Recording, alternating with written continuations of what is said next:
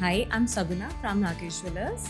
I'm related with this brand for 15 years and this legacy has been running for 40 years. एक मांग पट्टी होती है, एक माथा पट्टी होता है. So what is the cultural difference? मांग ticket it's a very simple thing जो हम फोरहेड पे लाइक लगाते हैं. माथा पट्टी is like a very Rajasthani concept जो हम क्रॉस ओवर फोरहेड को क्रॉस करते हैं. Platinum is a pure gold, वो 24-22 में ही रहता है. Okay. White gold is like a gold also, but हम उससे कलर कन्वर्जन के लिए हम उसमें अलॉय यूज करते हैं. वैसे ही दूसरी तरफ हम रोज गोल्ड की बात करें तो that is again we use alloy thing.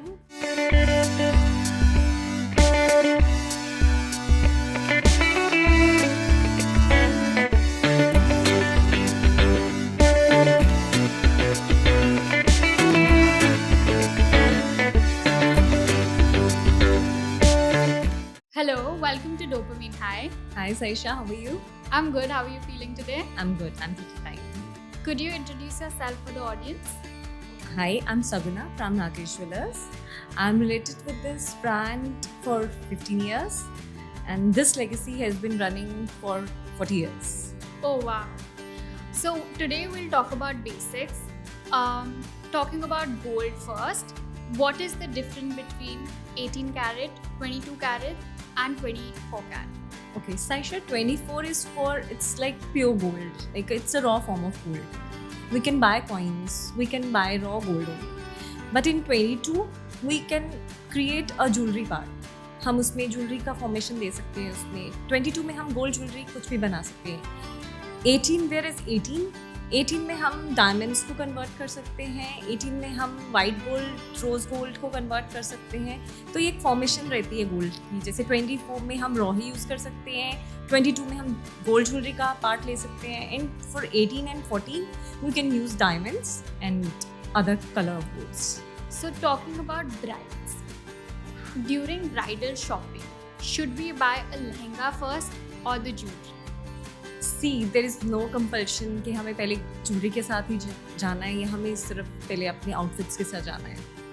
इसमें हम इस चीज़ को पहले भी रख सकते हैं कि अगर तो ब्राइड की चॉइस है कि मुझे लहंगा भी साथ लेना है, मुझे ज्वेलरी पार्ट भी साथ लेना है, तो it depends on individual only.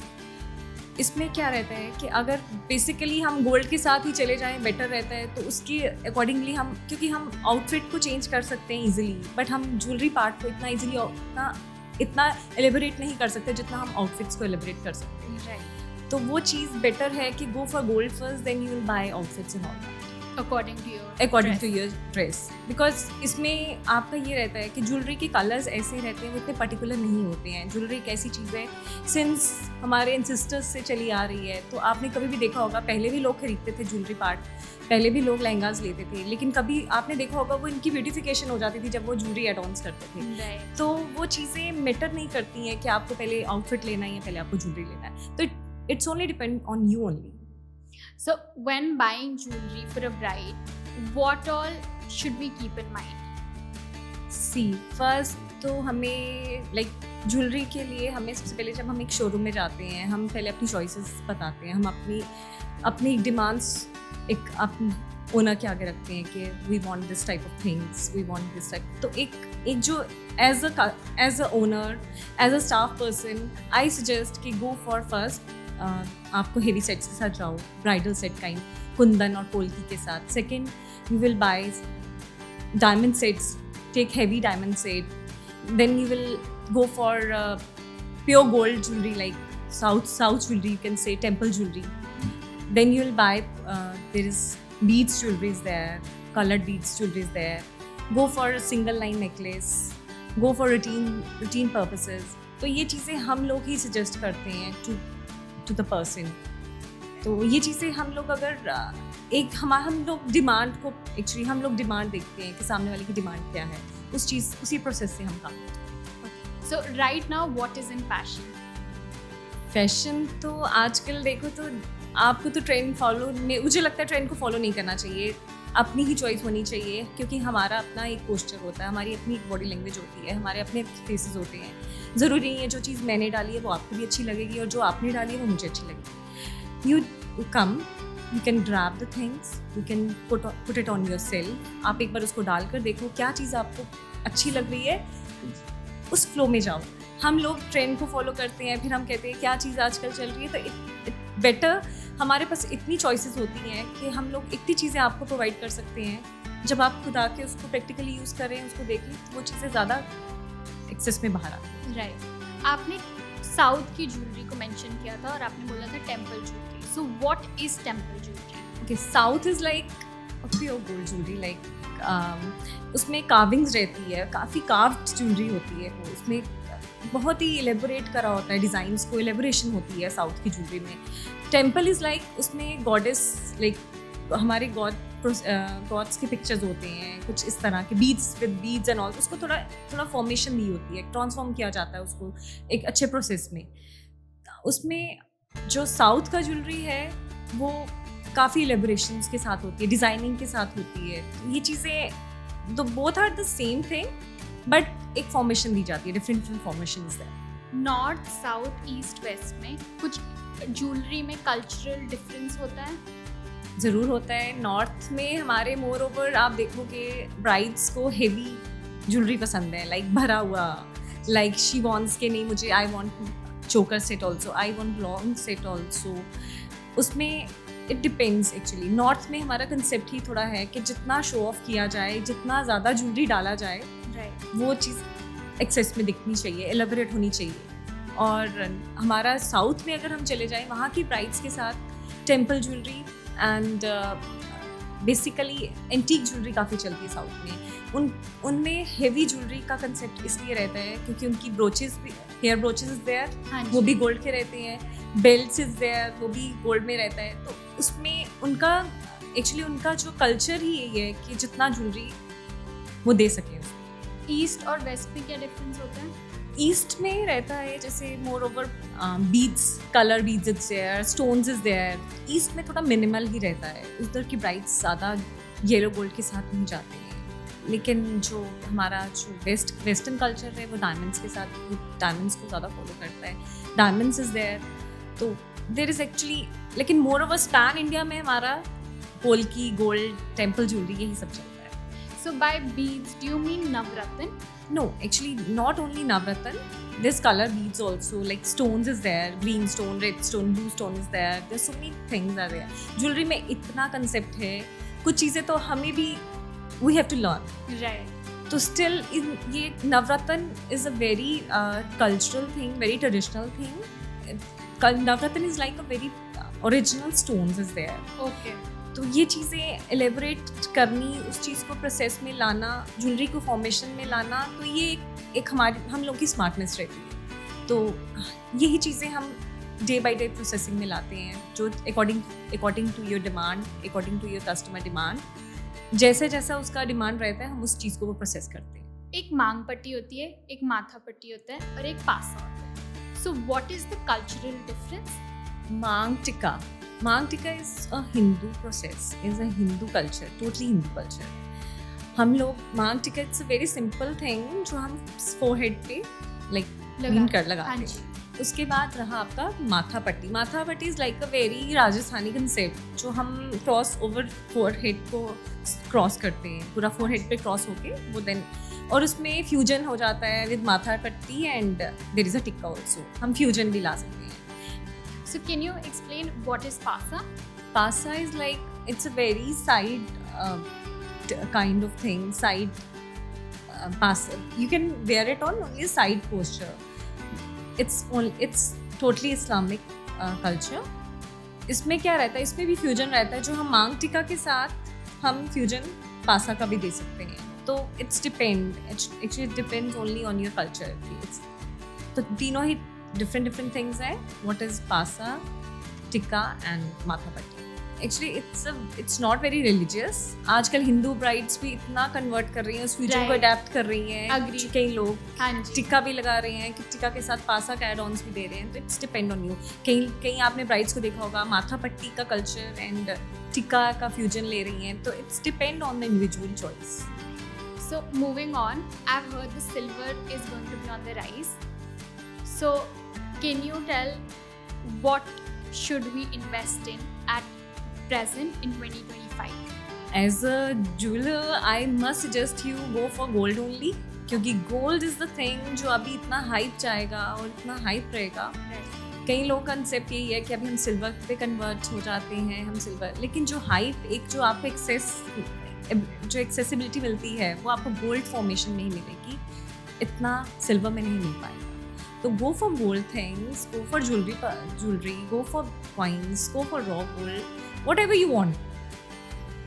ज़्यादा चीज़ें अगर इन्वेस्टमेंट पर्पजली अगर मैं आपको बताऊँ तो वो चीज़ gold investment is the best thing in 2025. Silver में, if I want to buy something, what all should I invest? Silver में go for coins, go for bags. Silver bags is there, silver coins is there, silver utensils is there. There are so many things. Chains, there's toe rings is there, bracelets is there. There's so many things in silver. So we have so many choices in silver. So you can buy according to your choice. अगर तो आपको एक raw formation में करना है तो go for coins and bars, right? अगर आपको फैशंस के साथ जाना है तो go for jewelry purpose also. What is the difference between yellow gold, white gold, rose gold and platinum? See, सबसे पहले तो हम प्लेटिनम की बात करते हैं. Platinum is a pure gold. Platinum जो गोल्ड रहता है वो 24-22 में ही रहता है, उसका कलर ऑलरेडी वाइट ही होता है. Okay. Whereas white gold का जहाँ हम बात करते हैं, white gold is like a gold also, but हम उससे कलर कन्वर्जन के लिए हम उसमें अलॉय यूज़ करते हैं. लाइक अलॉय लाइक निकल इज़ देयर, केडलम इज़ देयर. तो उसको एक कलर प्रोसेस करने के लिए हम उसको कन्वर्जन दे देते हैं, but the thing is same, रहता वो गोल्ड ही है. वैसे ही दूसरी तरफ हम रोज गोल्ड की बात करें तो that is again we use alloy thing, copper alloy हम यूज़ करते हैं. It's a very good material.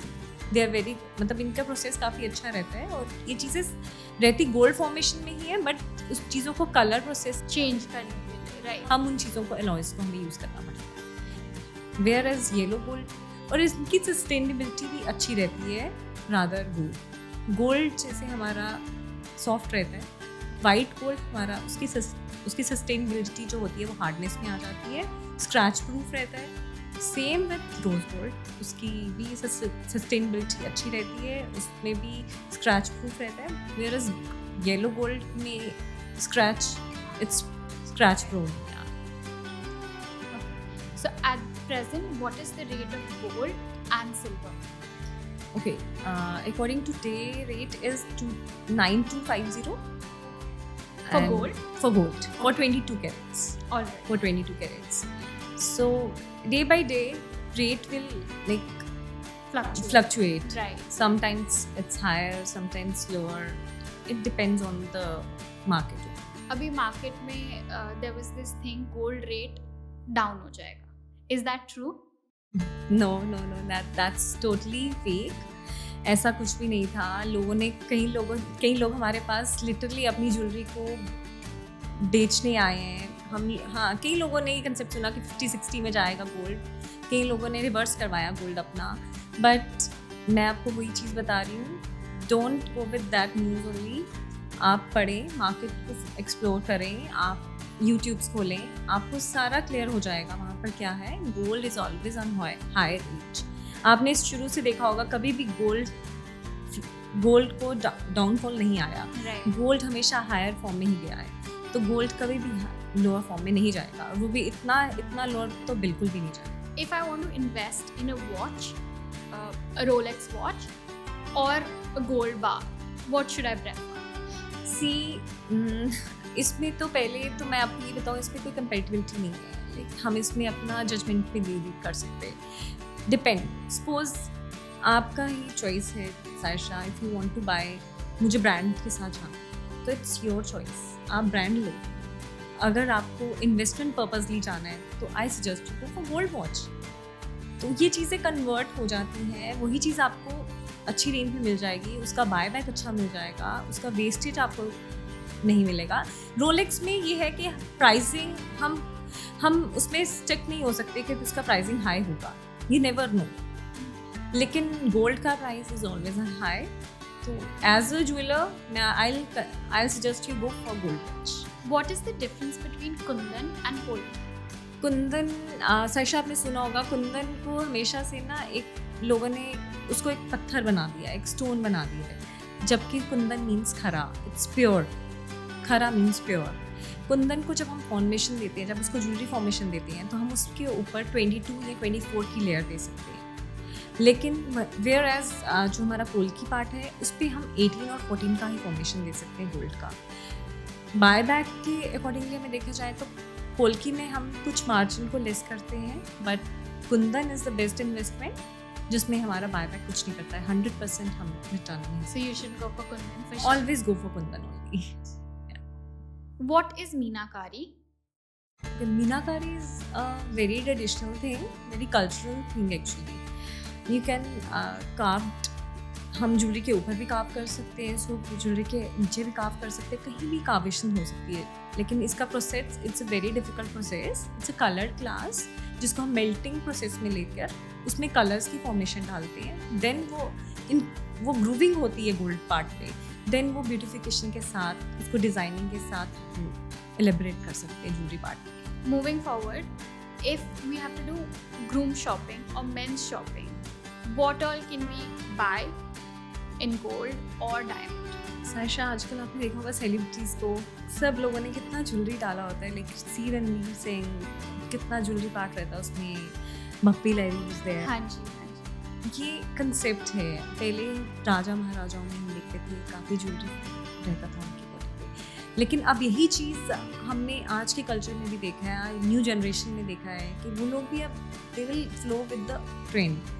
वो लोग चेन्स डाल रहे हैं, वो लोग रिंग्स के साथ जा रहे हैं, cufflink is there, brooches is there, कलगी is there, there is long हार्स, so many things for men's also, watches, bands, bracelets।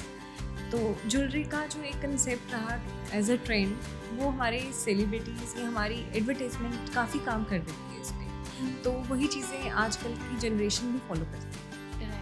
तो आजकल ज़रूर मेरे हिसाब से तो लड़कों को तो मुझे लगता है इनकी ज़्यादा चॉइसेस हो चाहिए, रख से इनके लिए एक डिपार्टमेंट्स खुलने चाहिए इस तरह की। If I'm buying a gold set, what are the charges and what all should I look into?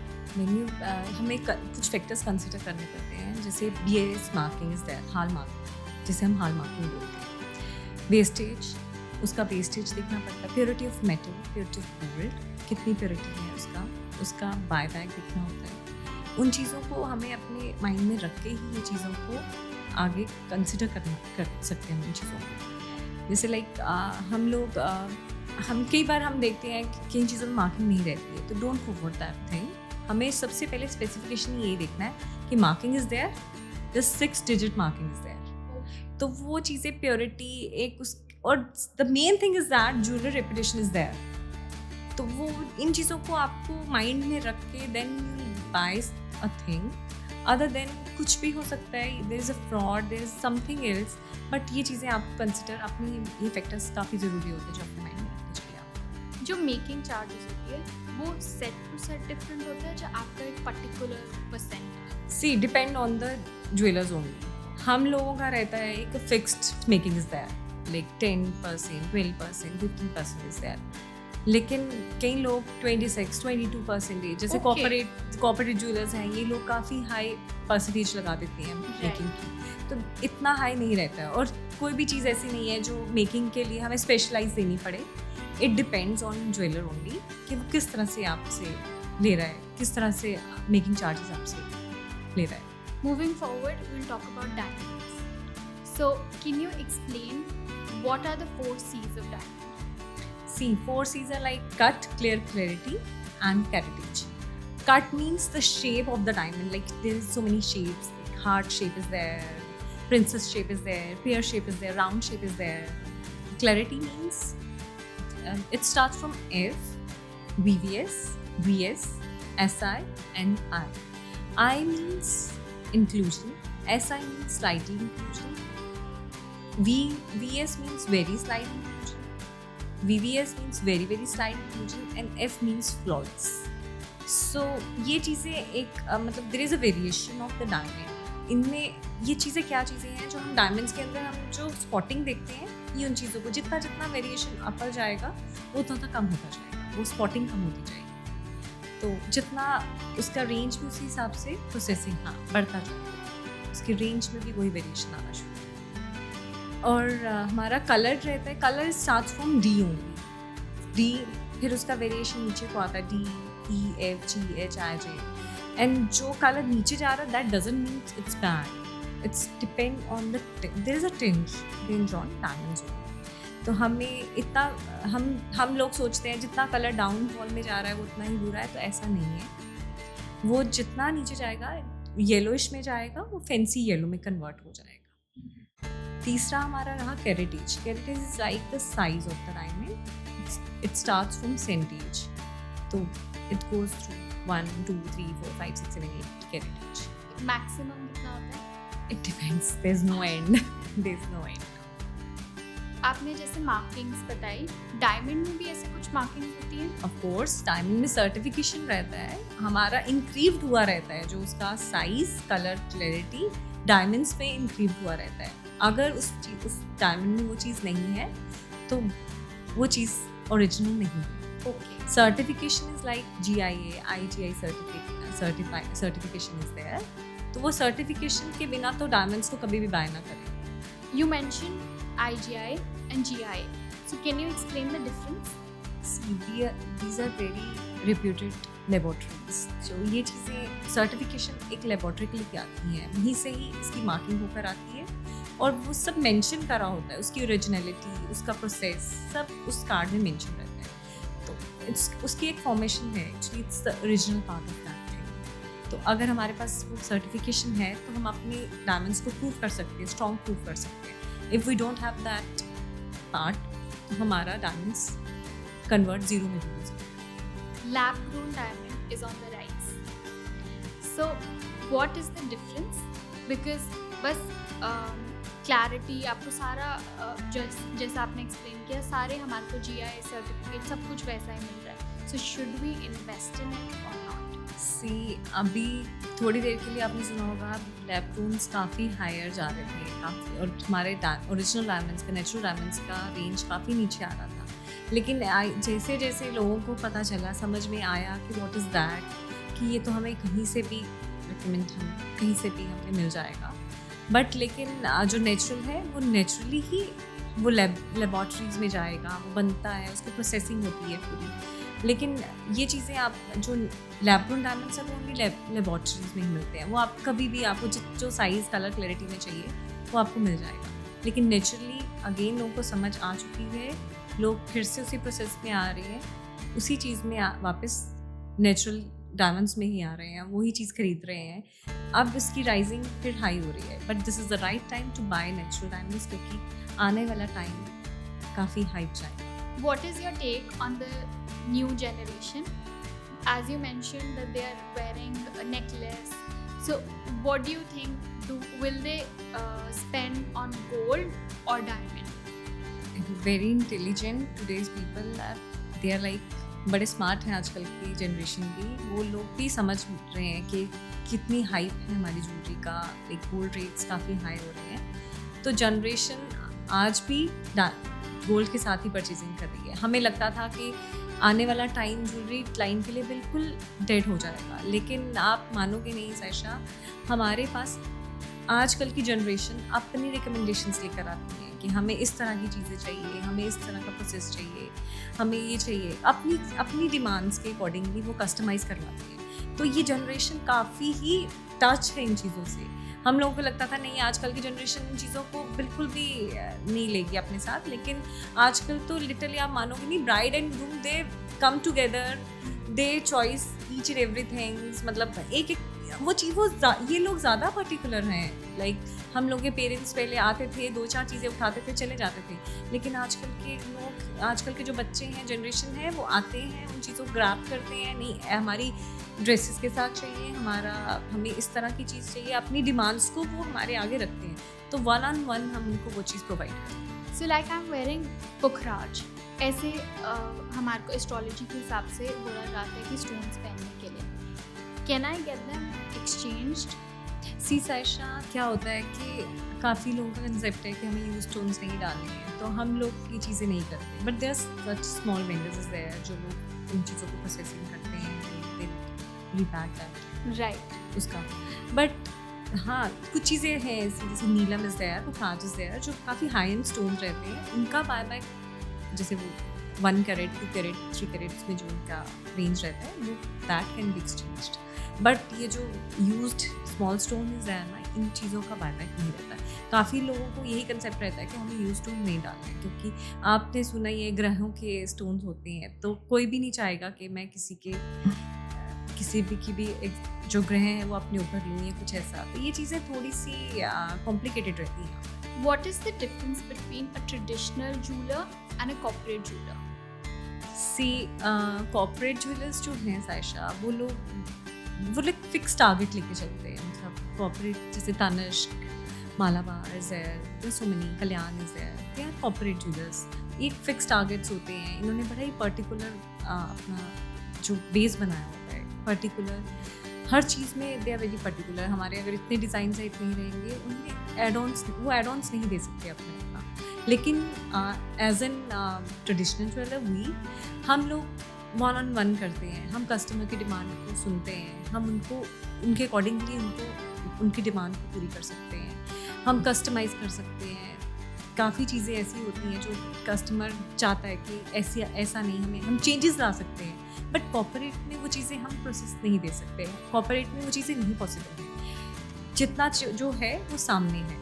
हम लोग अपनी ही ज्वेलरी में changes what ever they want, customer की डिमांड से, कस्टमर की वेट के अकॉर्डिंग हम उनको वो चीज़ प्रोवाइड कर सकते हैं. तो ट्रेडिशनल ज्वेलर्स जो है फेस टू फेस आपको सेटिस्फाई कर सकते हैं. और आपने बोला कस्टमाइज ज्वेलरी. अगर मैं अपना पुराना कोई सेट लेके आऊँ, उसको आप चेंज कर सकते हो, कस्टमाइज कर सकते हो, इन्हांस कर सकते हो, बड़ा अगर चाहिए हो? बड़े आराम से हो सकता है. Additions of gold, addition of beads is there. चीज़ें हर चीज़ आपके अकॉर्डिंगली, आपके डिमांड के हिसाब से वो प्रोसेस में आ जाएगी, जो चीज़ आप चाहते हैं. हाँ, मोर ओवर इसमें लेबर चार्जेस एक्स्ट्रा रहते हैं. इसमें गोल्ड का वेटेज भी डाल सकते हैं. तो वो चीज़ें नई चीज़ों को प्रोसेस में ला सकते हैं, उसमें ट्रांसफॉर्मेशन अकॉर्डिंगली ला सकते हैं. So Akshaya Tritiya is around the corner. It's said कि हमें गोल्ड खरीदना चाहिए, ऐसा क्यों कहते हैं? सायशा, फर्स्ट ऑफ ऑल तो हमें समझना पड़ेगा कि what is Akshaya Tritiya. Akshay means हम जैसे Akshay, it's a life long benefit. Akshay इसको कहते हैं, हमें जो लाइफ लॉन्ग जो हमें फल मिलता है उस चीज़ को हम अक्षय तृतीया बोलते हैं. तो it's a very auspicious day. आज के दिन येलो गोल्ड इसलिए खरीदा जाता है क्योंकि अक्षय तृतीया के दिन येलो गोल्ड का कंसेप्ट है. येलो गोल्ड खरीदना और बिना पूछे मुहूर्त होता है.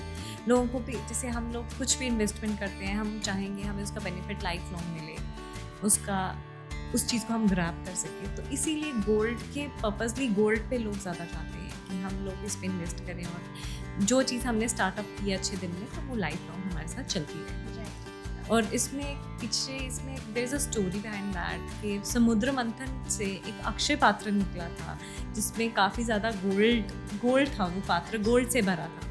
तो ये वही दिन है, this is the same day. इसीलिए आज के दिन गोल्ड को अवेल करना, गोल्ड को लेना, यही बेनिफिट इस दिन का मिलता है. Thank you so much. It was lovely talking to you today. Thank you, Saisha. Same here. Thanks for inviting me. Like, Share subscribe to Dopamine High.